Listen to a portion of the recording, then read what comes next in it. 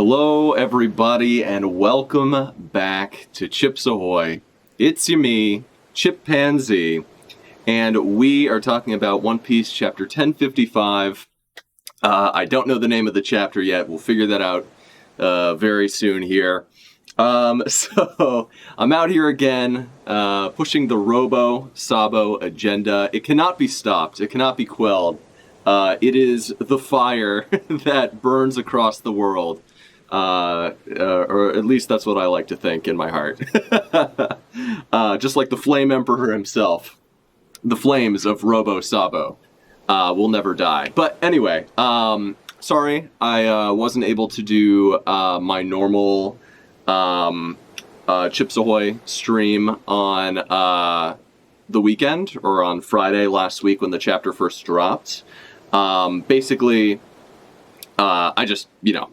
conflicts, just wasn't able to do it. I was ready and waiting to do it on Thursday, but the chapter never came out on Thursday, sadly, and Friday I was unfortunately just unavailable. That said, nothing is going to stop me from reacting to this chapter. It's later than my normal reactions and my normal streams would be, so I don't expect there to be a huge turnout for this, especially since it's late.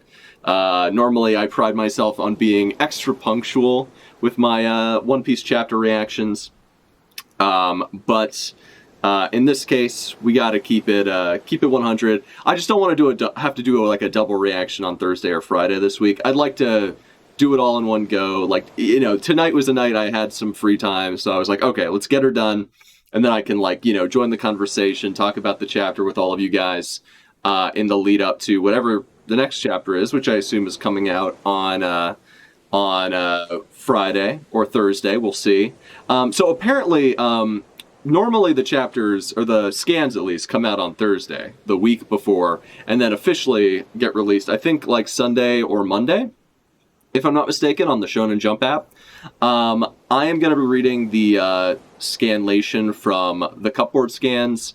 I am not an official release individual, but I do pay for the service. So I'm not, I do occasionally go back. I'll go back and use the the Shonen Jump app to reread chapters that have already came out, or to look up things that I'm thinking about, or specific panels, or specific things to reference stuff from One Piece that I might have forgotten, or might need to be able to reference to win an argument with somebody in one of the various One Piece discussion Discord servers I frequent.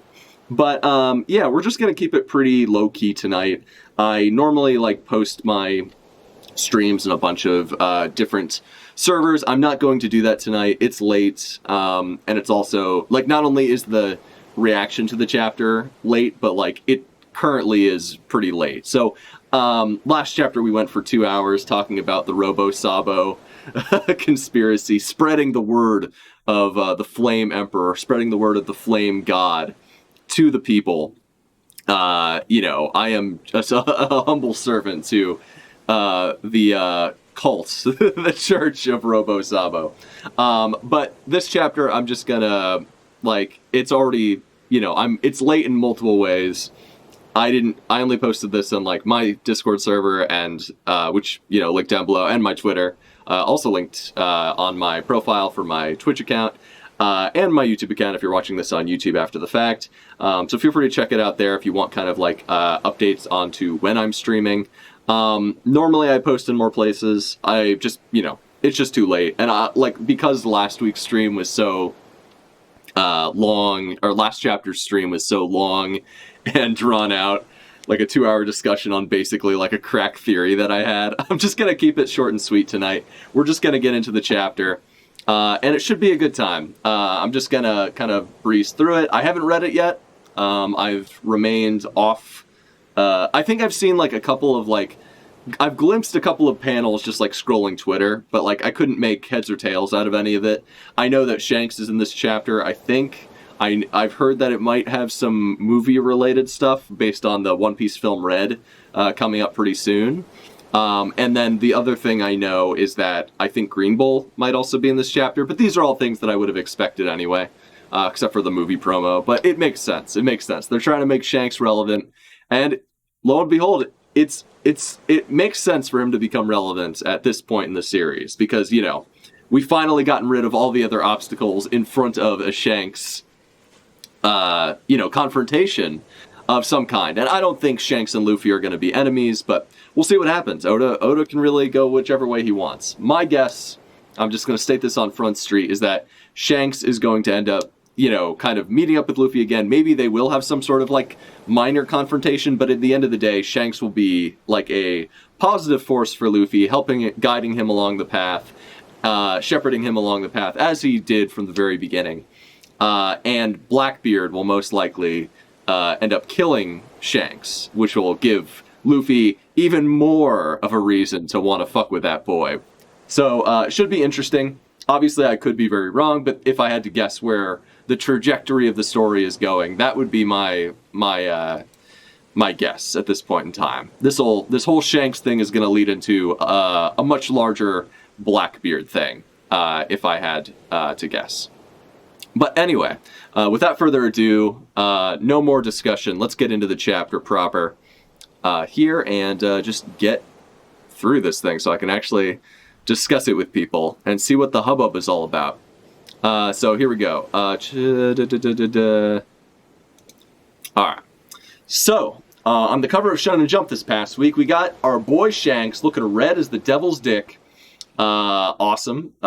Cool. Based. He's been in a lot of promotional material, which makes sense because of the movie, obviously.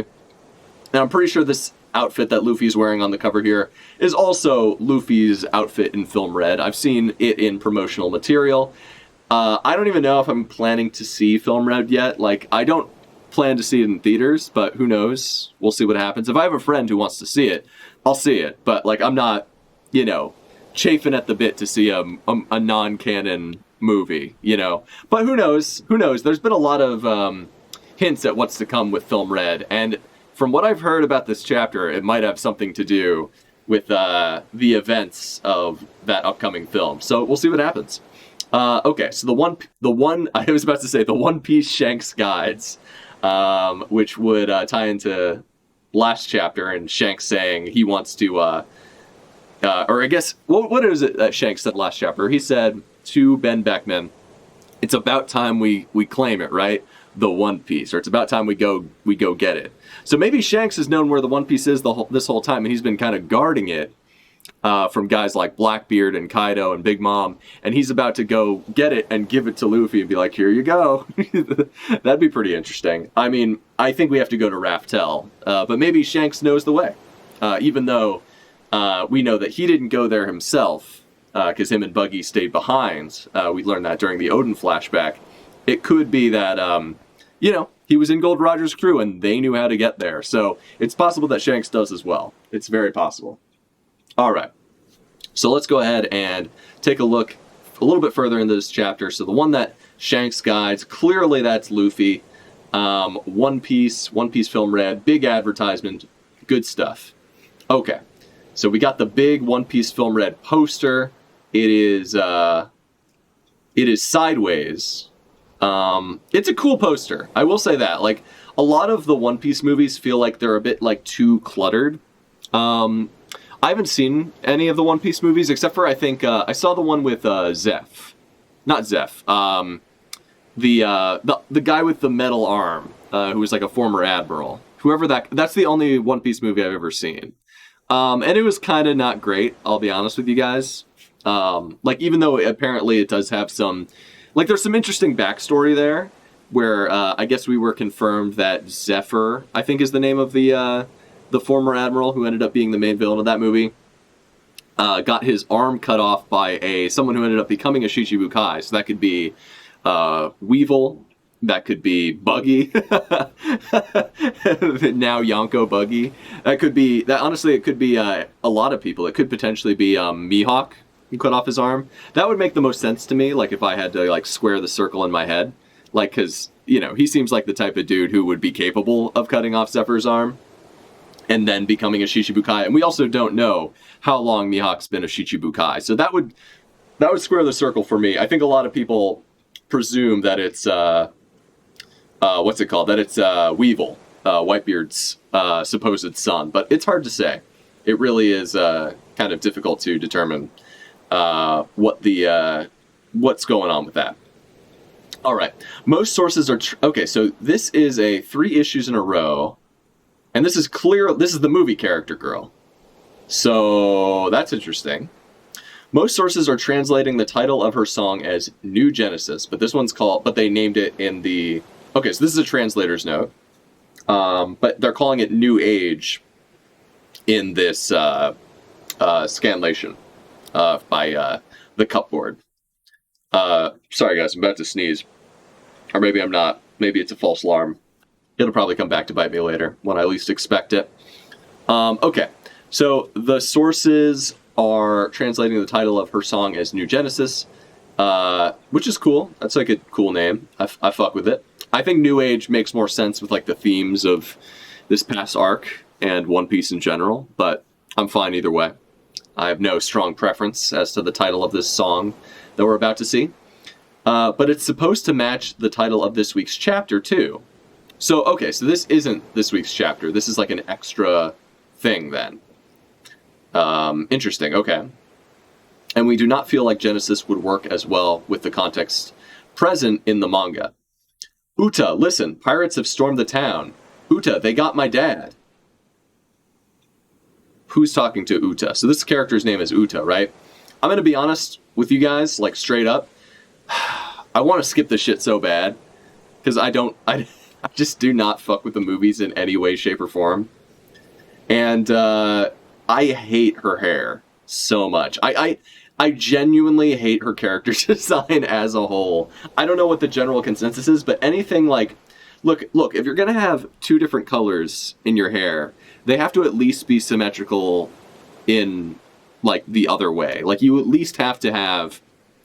like, I don't know, like, you know, you can choose to ignore my preferences on style. It's not like I'm the most stylish dude in the world.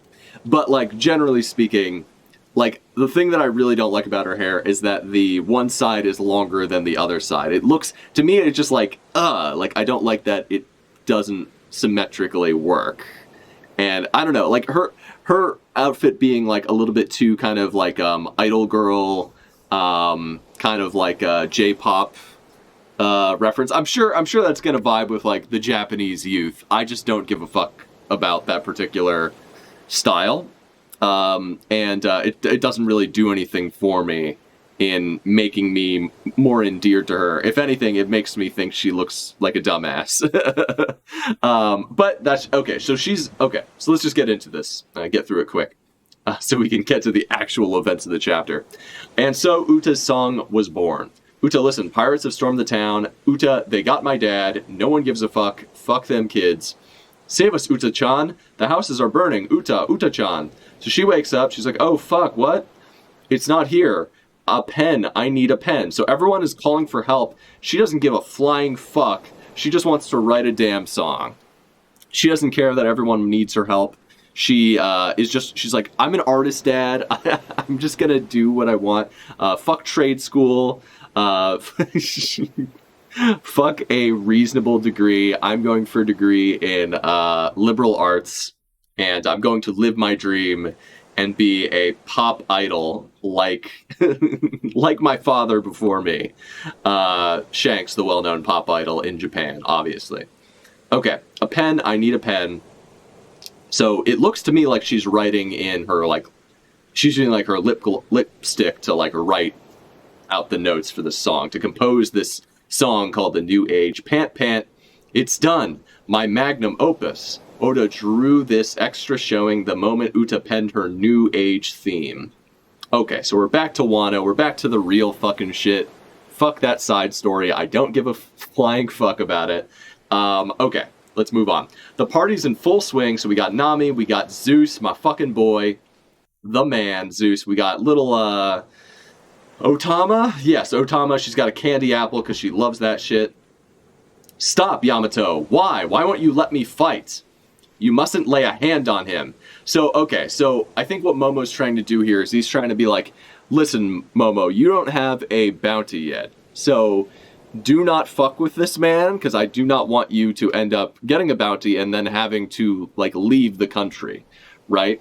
So, Yamato has already, like, smacked Greenbull with a club. I don't know if he's gonna just, like, forget about that or what, but it seems like Momo doesn't want Yamato to get mixed up with this and then end up having to be on the run for the rest of her life. But who knows? You mustn't lay a hand on him. Nugugu! And we got Greenbull looking real fierce. He whips Momo to the ground. I like that this fight is now between Momo and Greenbull. Momo being a badass. This is Momo's nothing happened moment, basically, which is pretty fucking cool. Momo has been by far the most impressive. Like, he has had the most impressive, like, 0 to hero arc in maybe all of One Piece, but at very least, for any side character in the entirety of One Piece. He has proven himself to be a true badass who stands by his word. Ninpro, scroll jutsu, fire release. So he shoots Raizo. We know he can store, like, elemental powers in his scrolls, just like he did with the water on Onigashima. So he shoots fire at this man. Fire release, Gua, says Greenbull. Just kidding. So that didn't hurt him at all, huh? Fireproof forest. You're up against a Navy admiral. Wait, what? So it didn't hurt him? He just pretended that it did? You're up against a Navy admiral. You think I wouldn't be able to guard against such an obvious weakness? So now he's doing his thing, and it looks like the tip of his willy right here, his dangly, doily, spring-shaped penis, is piercing Raizo, and it is dark on the end, indicating hockey of some kind. So very cool for this man. Ugh, Raizo, says Denjiro, and it starts to suck his life force. Fuck. Damn. Well, that sucks.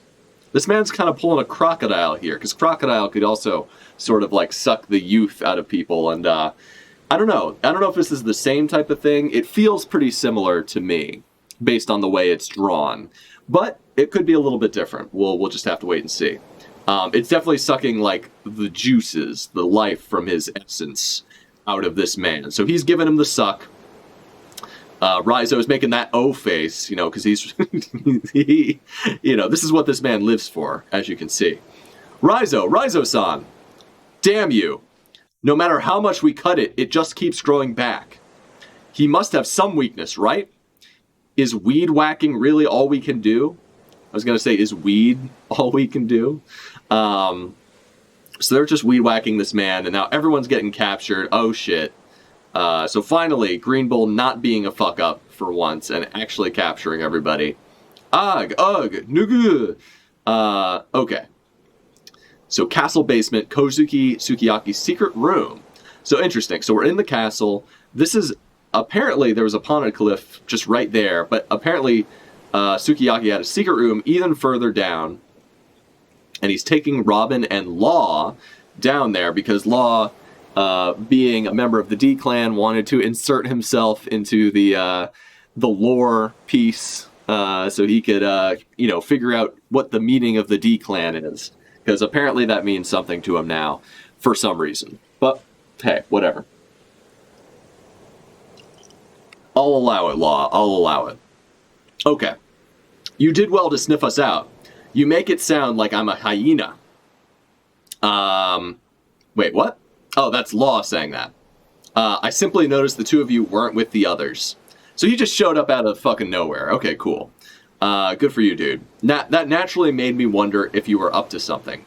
Be careful where you step. The ground is covered with mold. Gross, bro. I never told Orochi or Kaido about this passage, but they were still able to find the poneglyph in no time. Because they had a fishman on their crew, the all-star Jack. Okay, fuck this. I gotta be real with you guys.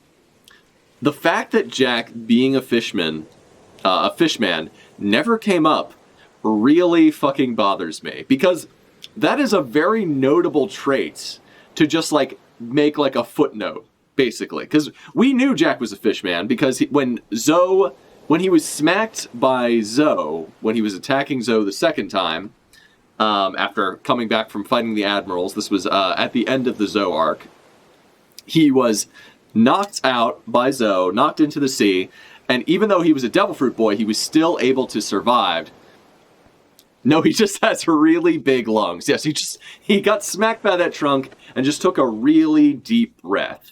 Thank you for your input, Molotov Bartender. I appreciate you setting me straight on these points here. But yeah, so I don't like okay. I'm still pissed that Jack didn't get like a real fight. Like, look, I'm actually fine with Inuarashi being the one to beat Jack, but there should have been at least like, come on, at least like half a chapter dedicated to them like trading blows and doing cool moves. Like, the fact that we got nothing is so frustrating. Just because, like, whether you think Jack's like a meme character or not, like, he obviously became a meme character because he kept jobbing and getting fucked up, despite how much he was hyped up. So he became a bit of a joke. It's Oda. He loves to, Molotov Bartender says, it's Oda. He loves to stretch. There is a non-zero chance of seeing Jack versus Dog and Cat in the flashback. Yeah, I mean, I'll be honest, man. Like, we might see it we're probably going to see it in the anime, but for me, it's like, I don't watch the anime. So, like, I'm not going to, like, maybe I'll watch that fight in the anime if I hear it's good. I'm not even that disappointed with the way Prospero got taken out, because, like, I still would have preferred to see a little bit of that fight, but, like, like, Prospero was not someone who needed a ton more time. Yes, I love his candy powers. I would have loved to see more from that guy, but it's not, like, the worst thing in the world. Like, Jack is a character who needed, like, some feats. He needed a showing. Like, you know what I'm saying? Holy shit, I forgot that the Big Mom Pirates were also in Wano. Yeah, me too, dude. Me too. Honestly, I'm not even upset about the Big Mom Pirates not getting much of a feature in Wano. And the reason is that they already got their own arc. And yes, not all of them got a chance to, like, do shit and shine in Whole Cake Island. But for me, I'm still okay with that, because the whole idea of Whole Cake Island was just like, this force, like this Yonko crew is too big of an organization for our boys to, like, take on their own, which is why in Wano they needed to, like, form alliances with all of these, like, larger forces, and they needed to basically, you know, get some of the enemy forces to join their side. They needed to kind of, like, do things strategically to kind of turn the tides of the battle so that it was in their favor. The Whole Cake Island works in the sense that, like, yes, there are a bunch of cool characters with cool character designs and, like, cool personalities that we see a little bit of, but, like, not a ton of. And for me, that works because it's just like, it's Oda just building out the background to say, just to show us, like, in any other arc, all of these guys would be relevant, but the fact that they are not particularly relevant in this arc is Oda basically saying, like, all of these guys are cool and could be, like, have, like, one-on-one fights or be, like, interesting characters in their own right, but, like, it's just to show how vast and, like, overwhelming Big Mom's, like, organization is, and the Big Mom Pirates as an organization is just this, like, indomitable force, right? So for me, I'm actually fine. Now, with them not showing up in Wano, or them getting, like, kicked off the waterfall a couple times, not actually making it to the fight, for me, I think the reason Oda decided to go with that route is that he, like, the Straw Hat, like, pirate mink samurai alliance was only just barely able to defeat, like, Kaido and Big Mom and, like basically, like, Kaido's crew alone. If there had been Big Mom's crew there too, I think Oda, at least in Oda's head, he could have written it a different way, but I think in Oda's own brain, he's like, if the Big Mom crew makes it up to the island, there's no way they're, like, the alliance is going to be able to, like, the good guy alliance anyway, is going to be able to defeat, like, the enemy forces. I think in Oda's head, he's like, he wanted Big Mom to be there to give Kid and Law a fight, and also to kind of, like, have, you know, just, like, a little bit of the odds being stacked against the main characters. And he wanted Prospero there so that the Minks could get their revenge on Prospero for being the one to essentially lead to Pedro's death. So for me, that worked, because Prospero is already probably, like, my favorite Big Mom pirate, just in terms of, like, his design and how much of, like, a badass he is, despite how goofy his design is. Like, I love him for that. So I'm glad he got more time to shine and show what like a fucking, capable fucking badass he was. But so I'm not actually that disappointed that the Big Mom Pirates didn't play a larger role in the arc. I'm actually okay with it. I know other people disagree, and that's fine. It's a fair thing to like want to see more from those guys because those guys were cool. But for me, like, I'm just glad like Prospero got a little bit more time to shine. Big Mom obviously got more time to shine because like I think they were the characters that like actually it warranted for them to be involved in some way. But if the whole crew had been there, I think the odds would have been too stacked against our guys. And like I think in Oda's head at least, he was like, I don't think I can find a way for them to win with the Big Mom Pirates in the mix. So that's just my take on it. But if you disagree, I'm happy to discuss it. I think that aspect of needing to bolster their forces would have played out better if the Beast Pirates had less literally who's. You mean literally who's? Like the numbers and the Flying Six.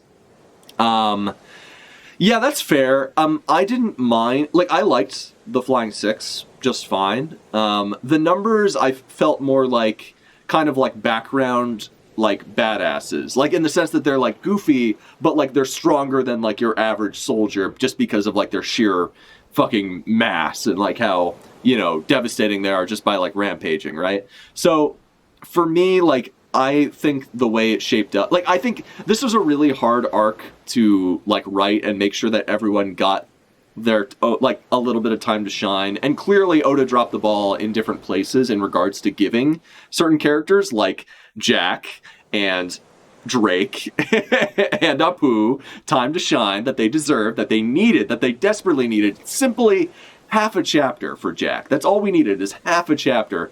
We needed one named attack. We needed him using we needed him to use his Fishman ability. That, like, bringing it full circle, that's what I needed to see from this man.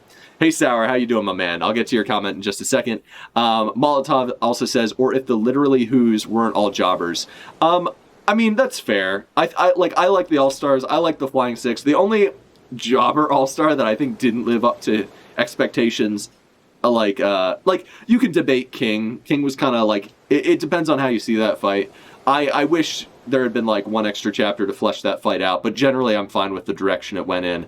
For me, it's just like Jack needed half a chapter. Like if they'd split like a chapter in half between like Prospero versus what's his name, Nekomamushi, and Inuarashi versus Jack, and just kind of cut back and forth, showed like Jack kind of getting the upper hand on Inuarashi, Prospero kind of getting the upper hand on Nekomamushi, and then the sky splitting moment, and then watching their counterattack. That would have been all I needed. Like, I didn't need like a ton of chapters for this, because like Jack had already fought on the roof, he was already wounded from that. Prospero, I don't like, just getting to see like some more of those guys doing cool shit and showing like, specifically Jack, man. Like, why is this guy an all-star? Does he just swing his fucking dick around? Does he just swing his fucking trunk around? Is that all this guy has going for him? Oh, shit. I don't know. But whatever, who cares? Sour says, hey, now only the numbers jobbed. Except page one. Yeah, page one job. But yeah, I agree. I actually think the Flying Six were really cool. Or really cool. I think they were pretty cool. I think some of them were really great. Like, I really liked... what's her name? Black Maria was the real standout one for me. She's the one who, like, I didn't expect to be cool, but, like, ended up, like, really surprising me and having, like, the best fight out of all of them.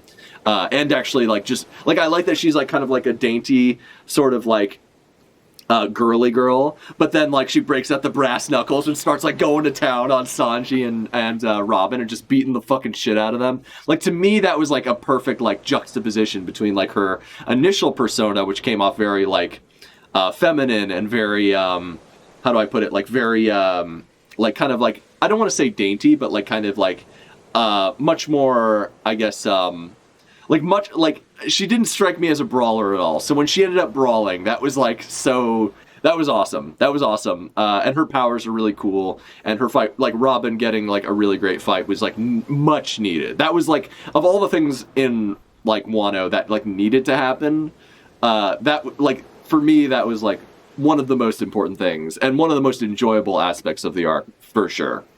Molotov Bartender says Flying Six was a good idea that Oda did literally nothing with. I mean, they all got fights, bro. Like, I don't know what more you wanted. Like, I look, I get some of those fights, like, weren't that interesting. I will give you that. But, like, I don't know. I liked Triceracopter, and I liked Who's cool. Like, he had some cool, even though he got pretty much, like, mollywopped by Jinbei, like, he did have some cool moves. Like, I liked his, like, fang, like, where he shot his, like, fangs at Jinbei. And he had Jinbei on the back foot there for a minute, even if Jinbei ultimately kind of, messed his ass up. But, yeah, I don't know, man. Like, for me, the Flying Six were mostly all right. I'm even fine with the way the Nami Usopp stuff went down. I know a lot of people don't like that. For me, like, I think it's cool to give Big Mom an extra, a win, basically, because she needed it. She needed to fucking take out a jobber. And, like, we know that he's a jobber who can beat, like, Usopp and Nami. So it's like, oh, shit, like, that guy's pretty strong, even if he is, a jobber in his own way.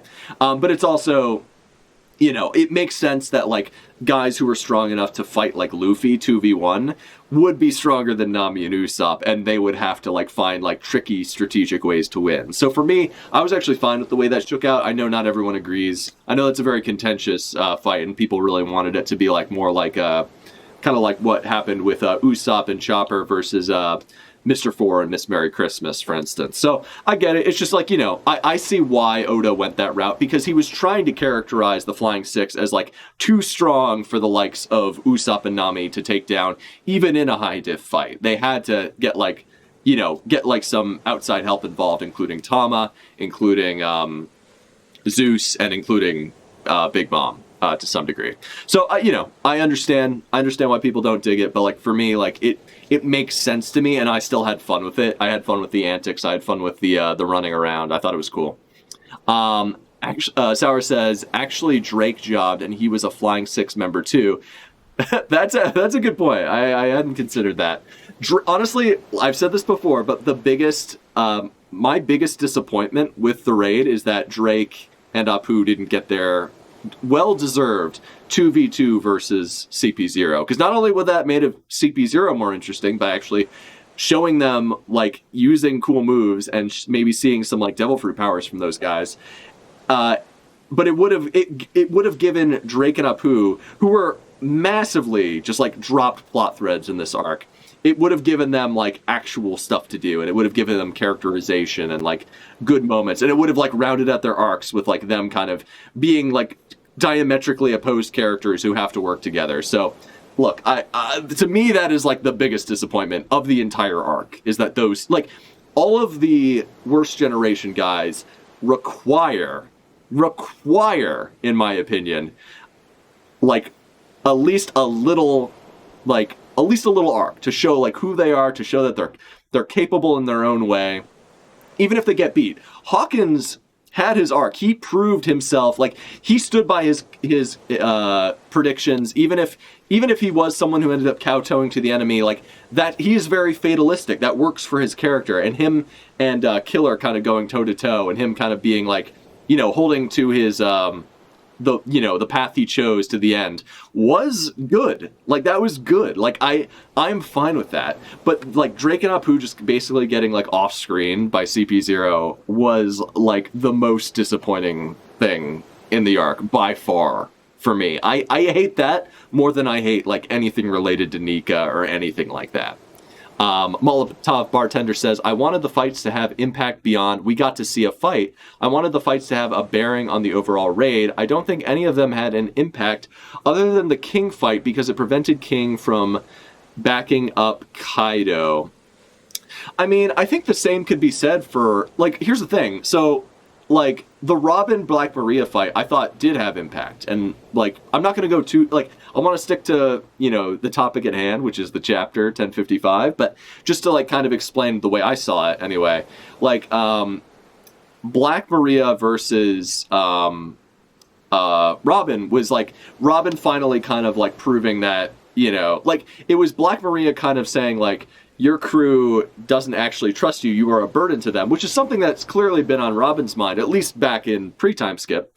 And basically the fight was showing how much she has grown to like not believe that anymore, to really truly believe that her crew trusts her. And Sanji kind of calling upon her was sort of like kind of putting a staple on that. But the thing is, I think it was King who called Black Maria and was like, listen, I need you to capture Nico Robin. And she's like, yeah, like I'm gonna do it.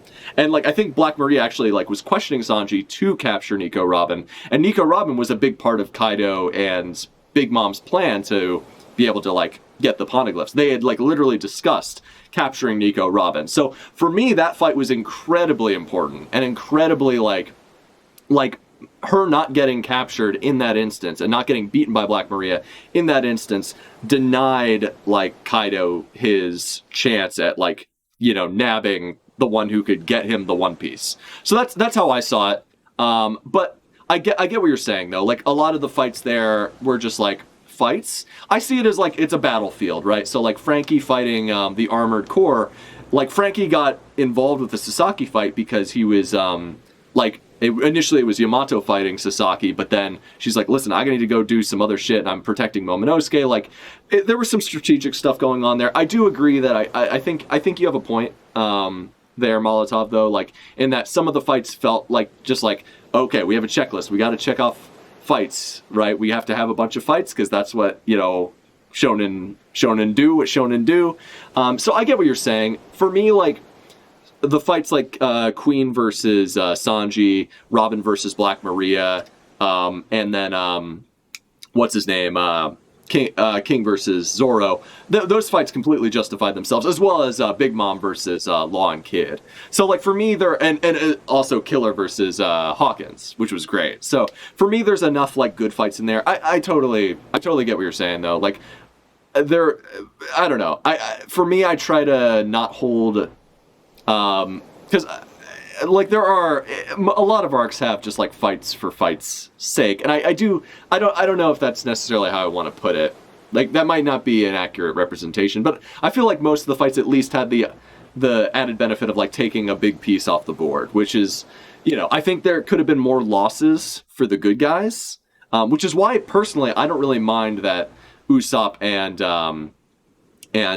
Nami were getting beat by their opponents, because for me that gave some legitimacy to how strong the Flying Six on average are. Like them getting beat by like when they were fighting 2v2 versus Ulti and Page One, who we know are pretty fucking tough customers, just from their encounters with Luffy and Yamato, etc. So for me that worked as like a I was fine with the way that went down. I know a lot of people disagree, and frankly, I understand like why people. I think I understand why people feel that way. It's just like I guess maybe my standards are lower, or I had different expectations, and I'm personally like I'm okay with Usopp and Nami getting beat, so that the villains can, on average, be like propped up as like, oh, these guys are actually pretty capable. These guys are pretty tough. For me, that was like what I was looking for with that. I think Sour Lemon says, I think the only one that felt that way was Who's Who Jinbei. I literally forgot everything that happened that chapter. Yeah, I mean, it was cool to see Jinbei get a fight, but then Jinbei just didn't really do much for the rest of the arc until he helped Raizo disperse the water to douse the flames, which frankly should have been, it shouldn't have been Jinbei who did that. It should have been my boy Kawamatsu who did that, because without that, Kawamatsu literally had nothing to do for the whole entire raid. Literally every other member of the Red Scabbards got like a cool moment to like do something like at least a little bit interesting. Like Kiku took out what's his name? Fucking homeboy. The fucking Kabuki man. You guys know who I'm talking about. I want to say Kawamatsu. That's not it. Kabuki man, Kurozumi man, who works for Orochi. I forget the guy's name. The traitor, the traitor scabbard. Kanjuro. Kinemon got to do some cool shit by like stalling Kaido and also being the one to finally kill Kanjuro. Izo got to do some cool shit by taking out a member of CP0, like literally killing somebody, catching a body. Pretty cool on his part. And what's his name? Denjiro got to kill Orochi, which is cool because he was like his, you know, he was the Shogun's guard dog for so many years, and to be the one to finally take him down, I thought was neat. even if I think there was more that could have been done with that character, I think it's cool that he at least got something to do. Raizo got to basically save everyone from dying in a fiery death. So that was cool. I just wish instead of Jinbei dispersing the water all over the place, we had, what's his name? Kappa Boy do that instead. Because that would have he was like the character that did the least out of all like kind of the scabbards at least. Sour Lemon, I think I already read that one. And then Molotov says, just different perspectives. I think both are valid. Yeah, that's fair. I completely, yeah, both are valid. It's just a matter of like kind of, you know, what you prefer and like what you like and what you're looking for. That's really what it comes down to. All right, continuing with the chapter. So Jack found this poneglyph, I guess, because he could swim. Oh God, Jack, you disappointment.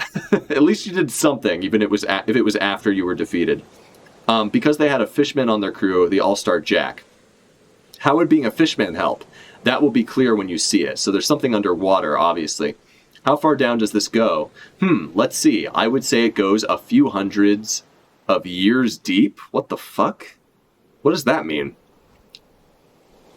A few hundred of years deep. That feels like a really awkward translation and potentially just a wrong translation. I might need to check the official translation on that. Where is that dim light coming from?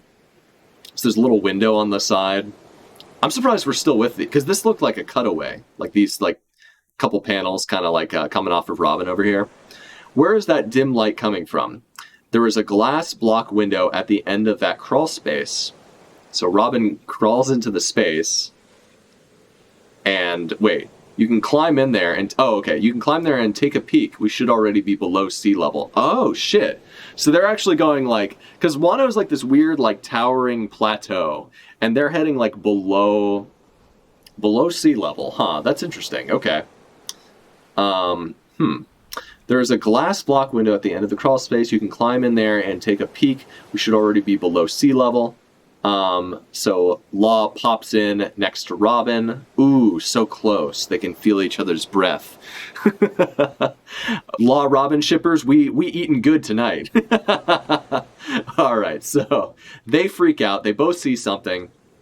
Is that Wano underwater? Wait, what? Okay. This is kind of interesting. I'm going to keep reading. Is that Wano underwater? So is this like a part of Wano that we've seen? Or is this like maybe the Wano that we know maybe is built on top of like an older version of Wano? And maybe that's where the, oh shit, and the giant Mount Fuji. Oh shit. Okay, I'm kind of skipping ahead here. I need to just read it in chronological order. This is cool. This is actually neat. I love ancient cities being built on, or new cities being built on top of ancient cities is like a trope in fiction, and just like based on actual history. This is like what happens and has happened for centuries. That's just like a really interesting thing to me. I like to see it in fiction because it's like based on stuff that happens in real life. It's cool. That is an older Wano from about 800 years ago. Holy fuck. Seriously? Okay. What do you mean? Exactly as I said, although as to why it ended up like this, I have no idea. It's because Pompeii or some shit happened. But it's so well preserved. Does that mean this isn't really seawater? Oh, because the water... huh. What the fuck? Okay. This is getting kind of interesting. This is actually one of the more interesting things that's happened in Wano, and it's just like geography and like history and stuff like that.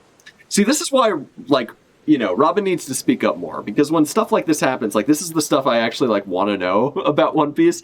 I mean, I love Fun Piece, I love Adventure Piece, but like this is like really interesting to me. This is like the good lore shit, not that Nika shit. This is the good shit. Okay. Sour says, I think my brain autocorrected that translation when I read it. Yeah. I love that panel of Robin annoyed at Law cheating his way to the window. Yeah. It looks like they're crawling into the space together. This is Oh yeah, so Molotov says, this is the classic One Piece absurdity, stupidity that I love about the series. The walls catching rain is so stupid that it comes back around to good idea. Oh, whoa, I didn't realize it was catching rain. I actually hadn't read that part yet. So, okay. This is what I do now. Wait, what? Oh, this is what I do know. I was like, what do you mean this is what you do now? You put cities underwater and fill them with water? The fuck? Okay, this is what I do know. Long ago, Wano was much larger and located at sea level. Interesting. So this is what Wano's borders means, is that there is like a rock border around the country. So it's like literally like they built a fucking wall.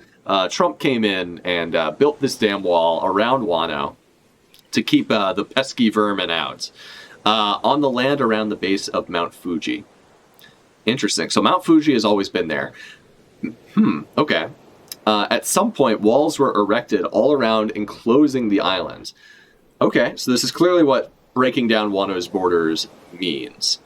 As a result, the rainwater had no place to escape to. So this is like this is like 1,000 years of rainwater is what we're seeing, essentially. God damn, that's fucking wild. The whole towns were eventually submerged and abandoned. This reminds me a lot of Aqua Laguna.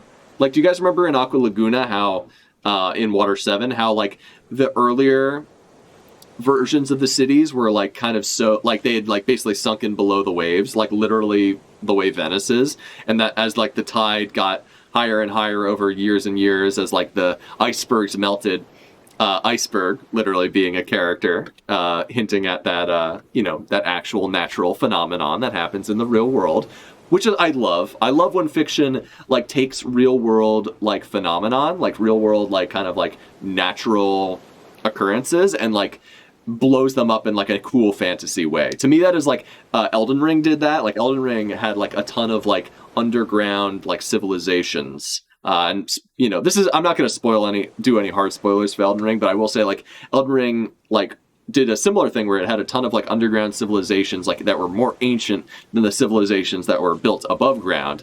And, I'm a sucker for that. I always think that's really cool. Like, when you have, like, civilizations built on top of, like, kind of, like, older, like, lost to time civilizations or ruins and stuff like that. Whenever I see that in fiction, it's just like, it tickles me. It's just so interesting because it's a real world phenomenon. It really happens. But then, like, fantasizing it and, like, blowing it up in, like, a fantasy world and making it, like, part of that, how things happen in that world is always really cool to me. Wano really is a metaphor for Trump's America. Yeah, dude. So that's why the base is lower than sea level now. It's got, like, 10,000 miles of water pressing down on it. Maybe. Oh, well, what's interesting is the water is, not only that, but the water from the rain, which apparently is what this guy's saying it's from, is, like, pouring. It's so high up that it's actually, like, creating waterfalls that are going down into the ocean surrounding it. So that's interesting. That fucking water is high as fuck. Okay, so at some point, walls were erected all around enclosing the island. As a result, the rainwater had no place to escape to, and whole towns were eventually submerged and abandoned. So everyone just got fucking Pompeii'd and died, probably by way of Mount Fuji. I know they're not saying that, but that's what they mean. But yeah, this reminds me a lot of Aqua Laguna, which is really fucking cool. The land further up mountain... The land further up mountain... What the fuck? This translation sucks. I really need to check the official after this. The land further up Mount Fuji... Oh, the land further up Mount Fuji was established for settlers. Okay, so Wano shrunk in size, which is interesting, because Wano's already probably the biggest country we've seen in One Piece, besides, like, Alabasta. At least the biggest island that we've seen, in terms of just, like, mass and, like, how large it is. Because there's, like, multiple sections of it, but it used to be even bigger, which is crazy. The land further up Mount Fuji was established for settlers, and that grew into the country we are familiar with today. So really cool to see it overflowing into the sea. And it shrunk below... Oh, probably because there's water from the rain over time exiting into the ocean, which makes the ocean tides rise as well. The current Wano, precisely... Wow, that's interesting. Okay. Rip continent polar theory. Aw, poor continent polar theory chats. Hey guys, we still got Robo Sabo. We still got one thing to hinge our hope on, after all. Crazy that the residents of Wano can just drink the water at the coast. Yeah. I mean, it looks like there's like a little bay. Oh, well, that's actually where this little outlet right here is where Onigashima was, which is interesting. So Onigashima is on this, like, at one point in time, Onigashima would have just been on this like super tall mountain that's like connected to Mount Fuji. So that's kind of interesting. Or at one point it was that's where it was. Wano seemed pretty comparable to Dressrosa. I mean, Dressrosa seemed pretty small to me. Like, because, I mean, it was just one big city and then, like, a little bit of, like, some fields surrounding the city, basically. But, like, Wano had, like, different sections to it. Like, it took, like a day or whatever, or, like, longer to get from, like, you know, Hakumai to Ringo or whatever, you know? So, like, I don't know. To me, like, the fact that, like, different quadrants of Wano had different, like, biomes, and also, like, it took, like, a longish time to travel between the different sort of states of Wano, indicate to me that it was pretty big, but compared to, like, other islands we've seen. But that's just me. I don't know. So, okay, we have arrived. So here, this is the load poneglyph. Fuck your... He's going to take a load on that poneglyph. No, this is the road poneglyph. I don't know why they call it... Well, I guess Lodestar, so load poneglyph kind of works, I guess.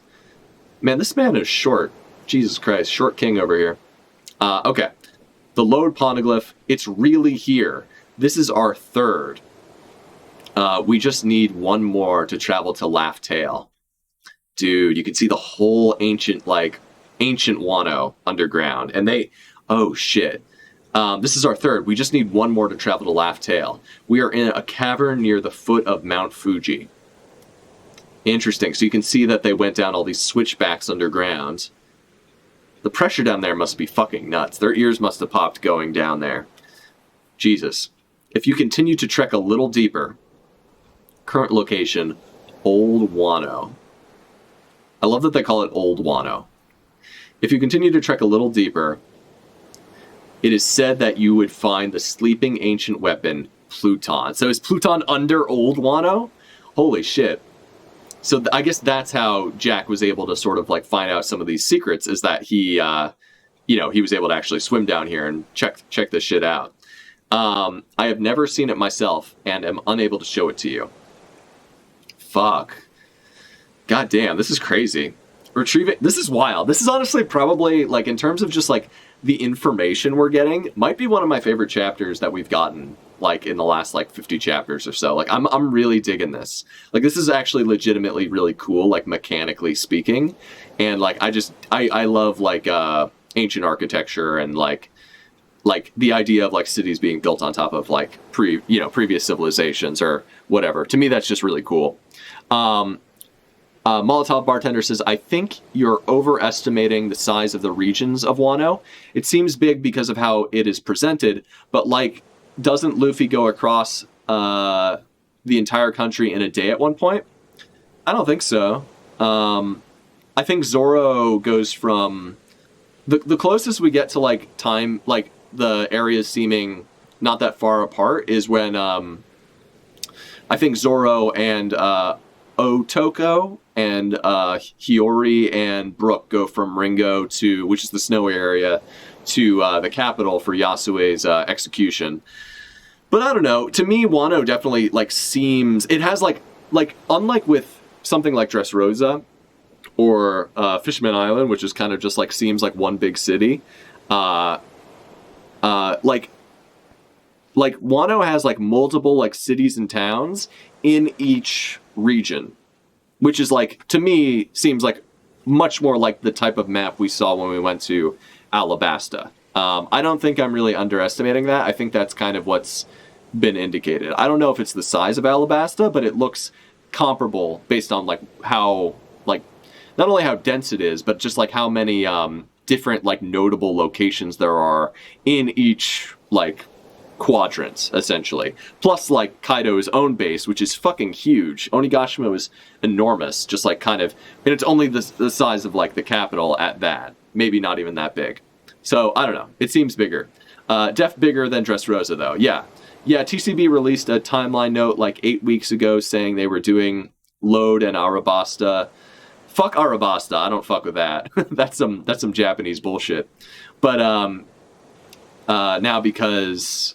everyone is still reading and saying it as Road and Alabasta.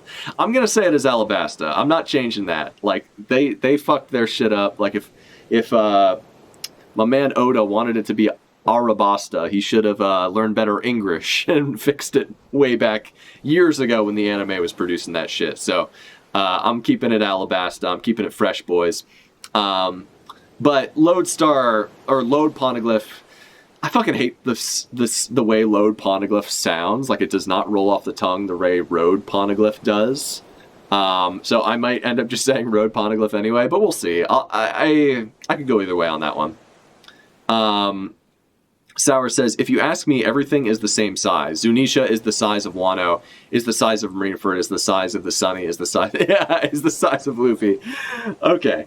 Okay, Sour. I'll default to you on these matters. You are the engineer, after all, so you know more than me about these about things such as this. Okay, so we got our boy. Retrieving Pluton would require the removal of the walls that surround this nation. So you got to drain the swamp in order to get to Pluton. Interesting. Wano basically is just a giant swamp, is what I'm getting from this. The opening the country is quite a literal act. We would lose our greatest defense. Yeah, so it's a double-edged sword. You lose the big walls that keep you, like, kind of protected by natural landmarks. But at the same time, you get access to, like, the greatest weapon known to mankind. So there are levels to this. There's a debate to be had. And set loose one of the ancient weapons. That's pretty fucking rad, though. I'm not gonna lie, that's metal as all hell. And I'm so glad that Zunisha or Momo didn't end up being the Pluton. I hope to God that Pluton is a ship, because that's what Pluton has been built up to be by the fact that there were blueprints for Pluton back in what's it called? Water 7 and Islabi. Okay. Let's see. So honestly, the mistranslation of Rio Poneglyph is preferable to load. Yeah, well, it was Road Poneglyph. It was because there's the Rio, which tells the true history, and then there's the Road Poneglyph, which gives you the road to Laugh Tale. So I like the way Road Poneglyph sounds way more than Load Poneglyph, which sounds like kind of weird to me. But I don't know. I like Lodestar. Like, somehow that works for me. So I don't know. Like, it's semantics. It's just what you hear first sometimes is like what sounds best to you. I don't know. Wano is just a giant swamp. Karibo bros. Karibo about to merge with the island. I want the Poneglyphs to point to Rio. Rio Grande. I agree, man. I agree. Okay. Opening the country unleashes Pluton, says Robin. Why would Kazuki Odin want that? Everything I have told you was passed down through generations of shogunate rule. I cannot speak to what Odin may have learned himself during his voyages in the outside world. So that's still a mystery, is what did Odin learn? We still haven't read the journal yet. Okay, so we're getting back to the fight. We see our tree boy. He looks pretty beastly. Like, I like the look of this guy, even if, like, I'm not a huge fan of Tree Boy just yet. He's a bit too one-dimensional for me. He's a bit too bootlickery at this point, bootlicky at this point for my taste. But I'm excited to see more of him. He's clearly got like a cool power at the very least. How he wasn't affected by the fire, I don't really know. Maybe he used hockey. I have no idea. Okay. Anyway, moving on. No man can hope to stand against the forces of nature alone. Get it? If Kaido was still in charge, I wouldn't have come here. Huh, okay. So if Kaido was still in charge, he wouldn't have come here. I'm sure living under his regime was miserable, but the order he imposed was the deterrent that kept other predators from targeting your country. Interesting. So Kaido being here is what kept guys like like the world government away. Like he was strong enough to keep them at bay. So these guys are all getting fucked up, which is pretty crazy, because these guys all took on Kaido. And that's Yamato. Yamato got captured as well. Shit. Just bring me Straw Hat Luffy already. I'll leave you be after I take his head. So he's sucking up their souls. He's giving them the good old suck with his tendrils. Giving them an old branch job, that old vine job. Let's call Luffy and the gang and show this guy who's boss. No, that is unacceptable, says Momo. The same goes for you. Do not touch him. Pain.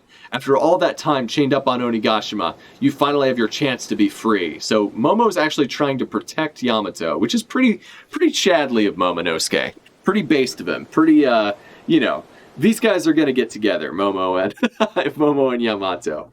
Although since Yamato is a boy, that makes Momo gay. So, but hey, good on him. Good on him. Laughtail is the One Piece name for Braxil. Wait, what? Wait, hold on. Okay, I think I missed a few comments. I want the Bonoglyphs to point to Rio. I already read that one. No, Rio de Janeiro. Laughtail is the One Piece name for Brazil? Braxil? Brazil, I assume. I don't know. Maybe Odin learned something is sensible, but my god, that is awkward dialogue. Yeah, it is a little awkward. Maybe I should have read the official translation. But usually the official translation is even more awkward, so I don't know. I'm going to stick with it for now, and we'll just we'll deal with the shitty translations for the time being. I don't think there's a lot of good options translation-wise at the moment. Huh? That is why I refuse to taint your send-off. So he's trying to... So I guess he's trying to get Yamato to go with Luffy. Up until now, I have continued to rely on Luffy, Zoro, and the others. No, I want Yamato to not join the crew. I want I want him to stay on the island and become Momonosuke's protector / right-hand man. But it is imperative to prove that those of us who are staying here can repel any enemy on our own. If we still have to depend on the people who wish to leave, how can we look any of you in the eyes and say that Wano is safe with us? Honestly, good point, dude. Good point. Honestly, the Scabbards are strong as fuck. They should really be able to fend this guy off on their own. But I don't know, maybe not. This guy's clearly comparable to Kaido in that he's beating all these guys at once, which is what Kaido did. Momonosuke-kun, now be gone, you demon tree! Get out of here, he tries to breathe one of his fire bagwas again, but it's not working. So you're just a spoiled kid. I guess even dragons can be pathetic. I said leave! And he's about to... Oh, shit! Momo! Momo, you fucking badass! You did it, dude. Holy fuck. He fucking blew a hole right through the guy. You gotta be kidding. Oh my god. Momonosuke. I bow to you. I bow to you. The absolute fucking mad lad. He did it. He fucking did it. He did the, not the Thunder Bagua, the, Blast the Breath through, Kamehameha at this man. And it absolutely blew him out of the water. What a badass, dude. Momo's become, maybe the best arc side character. Besides, Kinemon's really good, too. But, those two, top notch for me, man. Vivi, get fucked. Polly, get wrecked. Fucking, I don't know. That guy from Skypiea, no one gives a fuck about that guy. Yeah, these, Momo and Kinemon are, the two best, arc side characters, arc protagonists, we've ever had. They're so good. Okay, so Molotov says, I don't know, oh, yeah, you already said that. It also makes Momo into his dad. I'm not sure what you mean. Molotov bots are, they're too bad. Yamato, oh god. What the fuck are these weird emotes you posted here, Molotov? Ichigo Yamato smile. What the fuck? I don't know how you got those, but alright, bro. I said leave, read. Alright. Moving on. Damn, Momo blew this man out of the fucking water with that one. Jesus Christ. Good on you, Momo. Ah! Wow, it actually came out. Momo was having a little bit of performance anxiety, but he seems to have gotten a hold of himself after a while. Momonosuke-sama. So this guy starts literally crumbling, literally falling apart. Damn, Momo actually fended off a fucking admiral. Holy fuck, dude. That's wild. Momonosuke-sama, it was a spitting image of Kaido's. Be gone! He's about to do it again. Be gone! Hang on, you crazy bastard. Be gone! Wah! And then he shoots it off. Amazing. He's managing to control his dragon form, but his aim still leaves much to be desired. But he's still blowing them the fuck up. He's still burning them up, though. Dude, Momo fending off an admiral. Oh my god. What a badass, dude. Momo. I gotta give it to you, my man. I gotta give it to you. He's really stepped up. Momo has really stepped up and proven what a fucking capable motherfucker he is. You love to see it. You love to see it. Sarah says, Momo and Yamato getting together makes Momo both gay and into his dad. Okay, I get what you're saying. And yeah, you're totally right. That is completely and utterly true. The fact that Momo BTFO'd an admiral, dude. Oh my god. So this guy grows back out of the ground. What a pain. Easy now. Seriously, is he trying to burn down the whole town? Yeah. Since you're so hell-bent on playing hardball, have it your way. So he's about to go all out. Shit. I'll skewer you in your wannabe Kaido routine from mouth to tail. Damn. So I guess if Kaido were still here, we would have beat the fuck out of this guy, huh? Oh shit, what are we seeing here? Whoa, wait. That Conqueror's Hockey. Who the hell? So wait, what the fuck is happening? So, lightning's going across the sky. This guy recognizes it as Conqueror's Hockey. It's fucking him up in some way. Is the sound it's making. The red hair pirates, you're here too? So wait, what the fuck is going on? Because this is not like any other Conqueror's Hockey we've ever seen. This is definitely... Is it Shanks' god hockey, his golden hockey that he's going to use to reform his arm? Oh god, is Shanks about to stop time like we all know he's been able to do this whole time? Oh god, the Shanks theorists are gonna be fucking creaming their fucking jeans this chapter. Oh god, I can't I can't deal with this shit, man. The Shanks wank has gone like fucking astronomical. It's gone like through the fucking roof. Oh god, like guys like King of Lightning and, you know, those assholes. I mean, don't get me wrong, I like some of those guys, but it's like they have no reason to be so, like, you know, to coom over Shanks this much, but they do it anyway. They fucking love this man for... He's done nothing. Shanks has done nothing. He's come by and said a couple words here and there. He is at this point in time, we don't know anything about the dude. I get it. It's cool. He's a cool looking dude. But come on, man. The Shanks wank is a bit too strong with this fandom, if you ask me. But looks like this is the first time Shanks is actually about to do some shit. Okay, boss, don't just use your hockey without warning. All the newbies are foaming at the mouth. So Shanks isn't even there in person. He's like off the coast. He's firing his hockey across the fucking sky with like black lightning. That's pretty cool. I won't call you Marines cowardly or underhanded, but But wouldn't you agree it's bad form to go after these worn-out saplings when they're exhausted from making pirate history? Shit, dude. So Shanks coming in clutch. So he's thinking about Luffy. That time Luffy fucking stabbed his own face, which was, you know, fucking sick as hell. He's thinking about Momo bonking his old head. He's thinking about Odin, Hiyori, and who's this bitch again? Momo's mom, Hiyori's mom, time traveler lady, I forget her name. I don't know. Does the new age frighten you that much? So he's pissed. He's looking angry. He's looking aggy. I get it already. It's not like I want to pick a fight with you guys. It's not like I want to pick a fight with you guys. Not today, anyway. So... interesting. So they're going to think Momo was the one who saved everyone, but in actuality, it was Shanks who scared this boy off. That's pretty cool. That's pretty cool.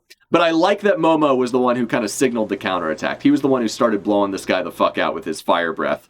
Fuck yeah, dude. Momo really came in clutch this chapter. And it's cool that Red Hair got in there and did his part as well. That's wild, man. And clearly Yamato wasn't sure what was going on either, because she's cheering on Momo. But who knows? Maybe she did sense something. Or he, I'm sorry. Oh god, it's so hard to keep that shit straight sometimes. Okay. So the boys are back in town. They're all hanging out. Hiyori's playing the banjo. He's gone. She.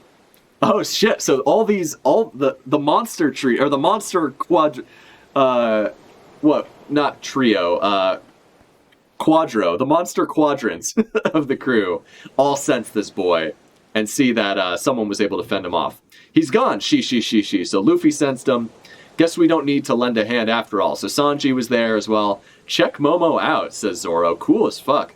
Indeed. And that hockey just now was really something too. Yeah, who was that? A familiar face just popped into my head. A ship drifting in the vast ocean. Wow, what a great end to the chapter. So I love that these guys were standing by, like, at a moment, like, at any moment they could have hopped in to help, but they were, like, they were honoring the wishes of their friends, the Scabbards, and Momo and Yamato. And in the end, they didn't have to jump in, because Momo fucking took care of business himself. You know, what a guy, what a guy. He did it without any help from Shanks or anyone else. He did it all on his own. We've got some color panels here. Red Hair looking like an absolute beast. Very cool. Very fucking cool. I really like this panel with the strong boys hanging out, ready to jump in. That's fucking sick. I have come to promote Film Red. Yeah, he really has. He just showed up to promote the movie and now he's bouncing. Yeah, that sounds about right. Classic fucking Shanks wank once again. Alright guys, well that's the chapter. Shit, man. So I'm not going to stay live for that much longer. I'll read the comments and then we'll wrap shit up here. God, but yeah, that was fun. That was a really fun chapter. I'm still bummed I didn't get to read it the day it came out, but I appreciate you guys stopping by regardless and having a good time with me on the stream. I know this isn't necessarily an opportune time for most of you, so I do appreciate y'all coming through regardless. Very cool of you.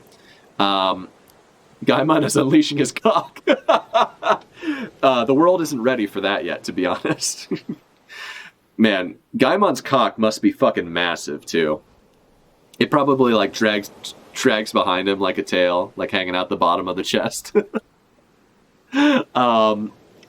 Let's see. SMH Shanks pretending to be responsible for Gaimon's hockey. I know, right? Gaimon he wasn't even in the vicinity. He was all the way in East fucking Blue, firing off his hockey all the way across to the other side of the world, and it fucking totally wasted Greenbull, man. Gaimon, the absolute champ. Molotov Bartender says, Shanks is based because we know nothing about him. Shanks is based because we know nothing about him. That's fair. I think there's a bit too much Shanks wank, but I'll be honest, this is by far like the most cool thing in terms of like the most impressive thing, let's say, that Shanks has ever done. He showed some hockey and just made Greenbull piss his pants and run away in fear. That's pretty based. I can't deny that the fact that he spooked this guy so hard by just like sending some hockey his way. That's pretty crazy. And he knew it was Shanks, even from that far away. That's pretty cool. I can't wait to lose my mind and maul all of my hair away when Oda ruins him. Oh, man. Ye of little faith, Molotov. Ye of little faith. Shanks only ever does one thing, which is whip his dick out and everyone gets scared of its size. Yeah. Like, I really want to know, because apparently, like, Shanks and Kaido have gone toe-to-toe before, because Kaido was trying to head to the war, and Shanks stopped him, or like the Marineford War, and Shanks was the one who got in his way. So I'm curious how that encounter went, and like, I would love to see like a flashback and see like what happened there. I'm excited to see, Shanks is going to fight Blackbeard. It's going to happen. It has to happen. Literally, Blackbeard did the scar on Shanks' face. They gotta fight at some point. It's gotta happen. Molotov Bartender says, Quartet. Thank you for correcting me. Check out the Monster Quartet down here. These guys looking based as usual. The best boys, except for Jinbei. But it's cool. Jinbei's a capable guy. Of course he'd be there ready to lend a hand if needed. So very, very cool shit. Very cool shit. But yeah, guys, that's the chapter. Again, unfortunately, I wasn't able to get to it on Friday or over the weekend, but I appreciate you guys coming to hang out regardless. It was a good time. I'm excited. I guess we don't have break. We're still not on break, so we got a chapter coming later this week. So 2 One Piece streams in 1 week. Hope to see you guys there, and thank you again for joining me. I am going to call it because it is late and I need to upload this to YouTube. But anyway, guys, thank you again for joining me on this episode of ChipZ Ahoy. I'll see you guys on the high seas. Have a good one and good night.